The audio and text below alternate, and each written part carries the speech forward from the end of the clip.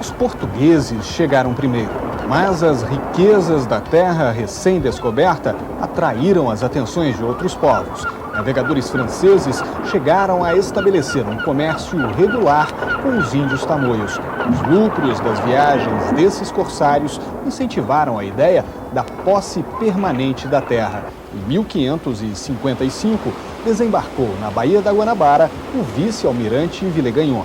A missão dele era estabelecer uma colônia no Brasil, mas a aventura de Villegagnon e da França Antártica durou pouco tempo. Em 1567, os portugueses expulsaram os últimos franceses da região e fundaram a cidade do Rio de Janeiro.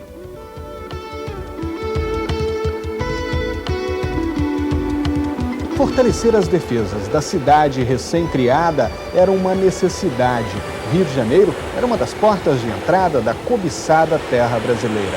A primeira fortificação dos portugueses na região surgiu dos escombros de uma fortaleza francesa. Santa Cruz ficava na entrada da Baía da Guanabara, onde hoje é Niterói. Em 1618, do outro lado da Baía, entrou em serviço a Fortaleza de São João. O principal núcleo dessa fortaleza era São José, que cruzava fogo com Santa Cruz e tornava arriscada a entrada na Bahia de qualquer navio inimigo. Mesmo assim, em 1711, os franceses invadiram e saquearam o Rio de Janeiro. São José foi reformada e reequipada por diversas vezes, mas isso não impediu uma nova derrota das fortalezas cariocas.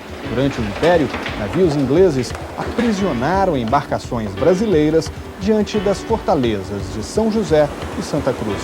Dom Pedro II mandou rearmar todas as fortificações. Em 1872, um novo Forte São José entrava em operação. Um formidável conjunto de 17 casamatas construídas em pedra lavada, de 1,40 m de espessura, com 27 canhões. Um dos canhões mandados instalar aqui por Dom Pedro II foi esse obuseiro Armstrong. O local onde ele está era conhecido como Pedra da Vovó. E aí a arma logo passou a ser chamada de Canhão da Vovó. Apelido que os comandantes da época achavam um pouco feminino demais para o exército. A arma foi rebatizada como Canhão do Vovô. E até prova em contrário, é o único caso no mundo de um canhão que mudou de sexo. Em 1893, durante a revolta da Armada, o já idoso vovô mostrou que ainda era capaz de impor sérias baixas ao inimigo.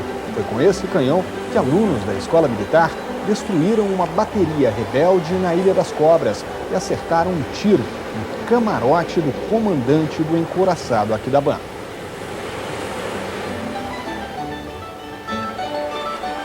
O Forte do Vigia fica no bairro do Leme, em posição oposta ao Forte de Copacabana. Guarnecido no período colonial por uma companhia de dragões de Minas, o forte contou com os serviços de um soldado ilustre, o alferes Joaquim José da Silva Xavier. No tempo de Tiradentes, o vigia servia apenas para observar e prevenir outros fortes quanto à aproximação de navios inimigos. O Forte do Leme só ganhou canhões após a independência, mas a forma e os armamentos atuais vêm de muito depois. O forte, ainda em construção, foi guarnecido com homens do 4º Grupo de Artilharia de Costa. O problema é que eles podiam fazer muito pouco. Os alemães tinham ido embora antes de ensinar aos soldados como operar os obuseiros. As armas foram projetadas para atingir alvos em pontos cegos, como um navio atrás do Pão de Açúcar. O projétil faz uma curva até atingir o inimigo. Mas os canhões só foram utilizados depois da guerra, com a ajuda dos alemães. É que nenhum brasileiro quis se arriscar a mandar uma bala no Pão de Açúcar. O primeiro disparo desses obuseiros aconteceu em 1924. O alvo foi o encouraçado São Paulo. Amotinado, o navio tentava cruzar a barra para alcançar o mar aberto. Em 1924, Foi o primeiro tiro real que essas peças deram, foi sobre um navio São Paulo, encoraçado São Paulo, que pretendia sair da barra sem autorização e foi parado a tiros, teve que retornar à base. Em 1935, aqui em frente ao posto 5 aqui da praia de Copacabana, numa avisada direta, os canhões atiraram sobre um navio alemão, o Baden, que pretendia também sair daqui da nossa Baía de Guanabara sem autorização. Foi dado ordem para ele parar e ele não parou e as peças atiraram, destruindo a parte mais importante do navio, que era o mastro principal, e o navio teve que retornar porque ele não tinha condição de sair do rio. Em Niterói, do lado oposto da Bahia, outros fortes ajudam a contar a história da defesa das costas brasileiras. No alto de uma encosta, dominando a vista do litoral e do interior, os fortes do Pico e São Luís representam dois momentos da engenharia militar.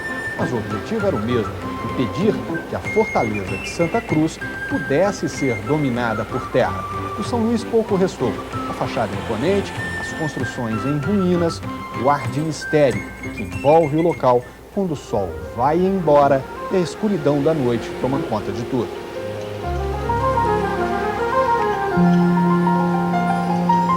A construção do Forte São Luís remonta a 1567, com o estabelecimento no local de um pequeno posto de observação e vigilância. Mas só 2 séculos depois, a fortificação foi finalmente erguida pelo Marquês do Lavradio. O São Luís durou pouco. Logo foi abandonado e no início do século XX, por determinação do Marechal Hermes da Fonseca, iniciou-se a construção do Forte do Pico, num ponto mais elevado que o do antecessor. O armamento do Forte do Pico é alemão e constitui-se de obuseiros instalados no local em 1918.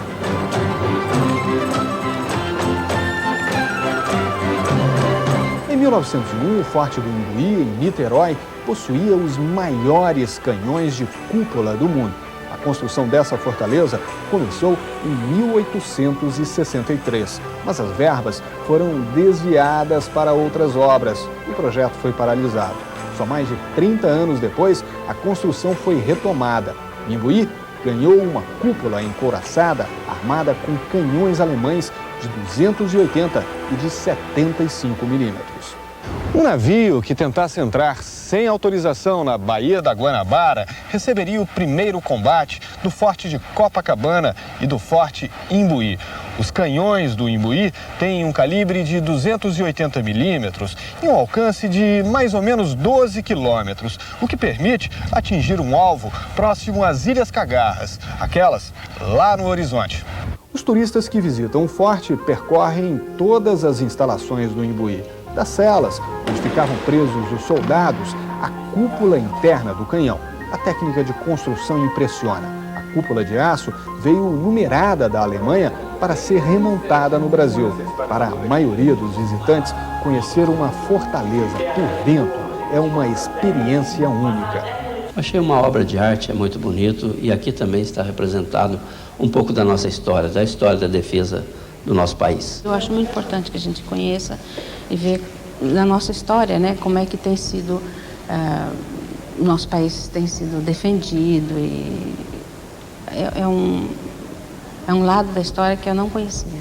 São João, São José, São Luís, Leme, Pico, Imbuí. Esses fortes fazem parte da história do país. Conservados pelo Exército, eles se transformaram em monumentos que resistem ao passar dos anos e atraem a atenção de turistas de todo o mundo. Visitar essas fortalezas é viajar até um tempo em que o Brasil começou a se descobrir como nação.